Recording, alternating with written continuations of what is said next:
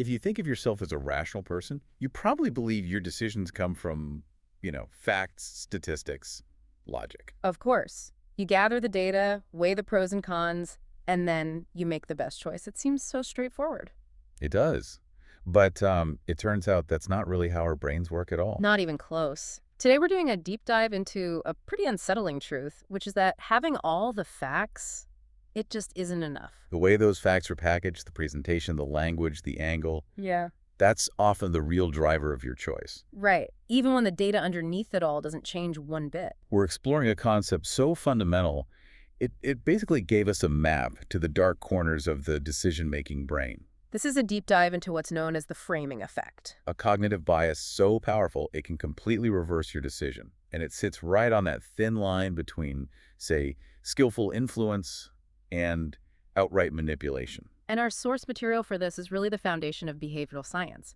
We're talking about the groundbreaking work of Amos Tversky and Daniel Kahneman. Okay, so our mission here is to understand the mechanics of this, to give you, the listener, a shortcut to recognizing how a presenter can steer your choices without you even noticing. So you can see the levers of influence and understand how someone can shift a decision without changing a single piece of data. This isn't just theory. This is the core mechanism behind so much of negotiation and really any high-stakes communication. So to define the framing effect, based on what Tversky and Kahneman found, What is it at its core? it's the ability to change someone's decision just by how you present the information, Without changing the facts. without altering any of the underlying statistical realities. It all comes down to a simple truth. Humans treat losses very, very differently than they treat gains. Which is so counterintuitive, right? I mean, we're all taught that if two options have the same expected value, your choice should be basically a coin flip. Exactly. But the research proves the opposite. The frame, the context, is so much stronger than the content. And this all came from their work on something called prospect theory. Yes, that's what they developed.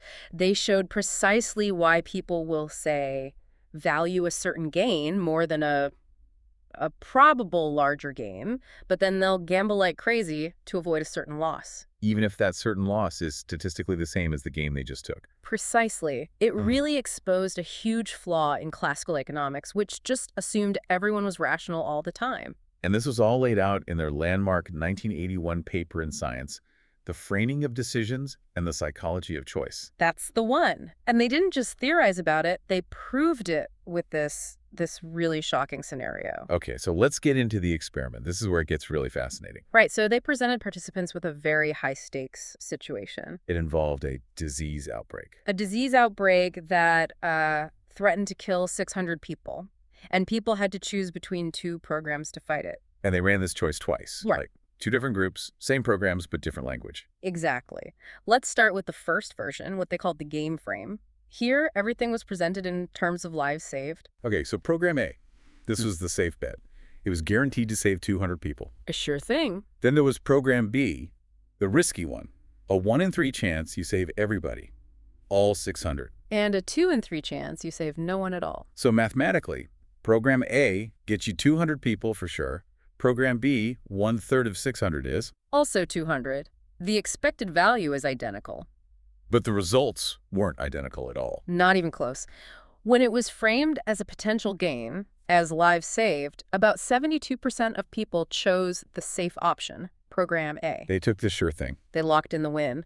It shows we're naturally risk-averse when we're looking at potential gains. You just have to wonder how many decisions in our own lives are steered by just that bias alone. Now here's the pivot. This is the real magic of framing. The researchers gave the exact same programs to a different group. But they changed the words. They flipped the frame completely. They stopped talking about saving lives and started talking about deaths. This is the loss frame. Right. So program C, the safe one, was guaranteed to result in 400 deaths. Let's just be crystal clear on that. If 600 are at risk and 400 die, that is the exact same outcome as 200 being saved. Identical. But it feels completely different. And what was the risky option in this frame? Program D. That offered a 1 in 3 chance that nobody would die. And a 2 in 3 chance that all 600 would die. So again, the exact same statistical reality as program B. But when faced with that loss frame, that guaranteed death of 400 people, it just became unacceptable. It triggered a totally different emotional response. The shift was staggering. So what were the numbers this time? This time, faced with a certain loss, only about 28% chose the safe option. Wow. The vast majority, around 78%, chose the risky option, program D. They rolled the dice. Just to avoid that guaranteed loss. That's profound, isn't it? The numbers didn't change, but the emotional context, the frame, changed everything. It literally reversed the majority choice. People went from being conservative and risk-averse to being aggressive and risk-seeking. And that's the core insight. We become risk-averse when we're facing gains, but we become fiercely risk-seeking when we're trying to avoid a loss. Our brains are just wired to hate losing something far more than they love gaining something new. That's loss aversion in a nutshell. Okay, so if we take this from a life or death scenario and connect it to, the real world business, finance, politics, how does this translate into negotiation? Well, it translates directly. It becomes about controlling the perceived status quo for the other person. So it's not about the data you're presenting anymore. No. It's about whether you can establish the starting line as a point of potential gain or a point of certain loss. The source research talks about two specific levers you can pull then. Two very powerful levers, depending on what you want to achieve. Let's talk about the first one, framing as a gain. The certainty push. Exactly. If your goal is to make the other party feel comfortable, to make them risk-averse, and get them to accept a moderate guaranteed outcome, you use the gain frame. So like in a business-to-business sale, you wouldn't talk about avoiding future costs. No, you talk about immediate locked-in wins. You'd say something like, by signing today, you secure an additional 15% efficiency right away. And that word secure triggers their aversion to risk. It does. They want to lock in that gain.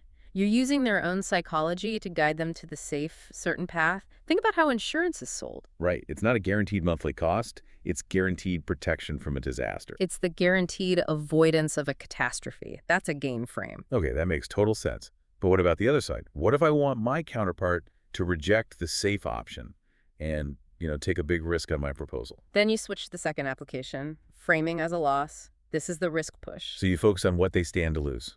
You focus on what they could lose if they stick with the status quo or if they choose the safe competing option. You create a sense of urgency and fear. So instead of saying, you will gain 20% growth with my new software, I should be saying, You should be saying, you are currently losing 20% of your potential market share every single quarter you delay. oof, that's powerful. It is, because now the status quo doesn't feel safe anymore. It feels like a guaranteed loss, like those 400 certain deaths. And that feeling of certain loss is what drives people toward the risky choice. Precisely. They'll gamble on your new, maybe unproven system, the risky option, just to avoid the guaranteed pain of doing nothing. I want to push back on this a little, though. If a technique is this effective, but the data's all there, wouldn't a really smart, informed person just do the math and ignore the frame? They should. That's the rational thing to do. But Kahneman and Tversky's work showed the opposite. The frame hits our emotional, intuitive brain first. System 1, as they'd call it. So it establishes the emotional context, fear, or security before the rational brain even gets a chance to run the numbers. That's it. That feeling of loss aversion is incredibly powerful. I mean, think about how hard it is for investors to sell a stock at a loss. Yeah, even when all the analysis says they should cut their losses and run. Right. They hold on irrationally because the certainty of making that loss real feels so much worse than gambling on a recovery that might never come. So the frame controls the emotional state. The emotional state determines your risk profile, and then your rational brain just comes in later to justify the decision you already made. That is a chillingly accurate way to put it. The person who wields the frame is choosing your emotional disposition for you. Which is why this is used everywhere. Political polling, sales. Medical consent forms. Presenting survival rates versus mortality rates gets you very different choices, even when they're two sides of the same coin. Okay, so let's turn this back to the listener. We know how to use the frame, but maybe more importantly, how do we defend ourselves against it? The defense is all about active awareness. It's the most critical takeaway from all this research. Before you make any big decision, you have to pause and consciously execute a mental flip. A mental flip, what do you mean? If an offer is presented to you in terms of a guaranteed loss, you will definitely lose X if you don't do this. You have to force yourself to reframe it as a gain. So you ask yourself, what am I gaining by accepting this loss? Exactly. In the disease example, you'd flip 400 guaranteed deaths back into saving 200 lives for certain, and suddenly that guaranteed outcome doesn't seem so terrible compared to the gamble. So if a salesperson says, I'm guaranteed to lose 10% efficiency if I don't buy their product. You reframe it. I reframe it as, by not buying, I'm gaining the certainty of keeping 90% of my current efficiency. Yes. You've just converted their loss frame back into a gain frame, which forces your brain back into its natural risk-averse mode. You take back control of your own risk tolerance instead of letting them set it for you. That self-administered reframing is the only reliable shield you have. So what does this all mean for our deep dive? I guess the core truth we've uncovered is that the frame, whether it's lives saved or lives lost, is really the puppet master behind our choices. It is. Your default human wiring makes you chase certainty when you see a gain and run from certainty when you see a loss, and that's independent of the actual data. And if you don't actively fight that wiring, you can be steered very easily. You might take a guaranteed deal when you should have gambled, or you might take a huge, unnecessary risk just because the idea of a sure loss was presented so vividly that you panicked. It fundamentally changes how you should look at every single choice you're given. It really should. The real power here isn't just knowing the frame exists. It's about choosing to pause before a big decision and deliberately flipping the frame yourself. From loss to gain, or from gain to loss. And see if your gut reaction changes. Because at the end of the day, if every choice is presented to you through a frame, who decides which frame is used? If you're not the one choosing, then someone else is choosing for you. And maybe, just maybe, their interests aren't the same as yours.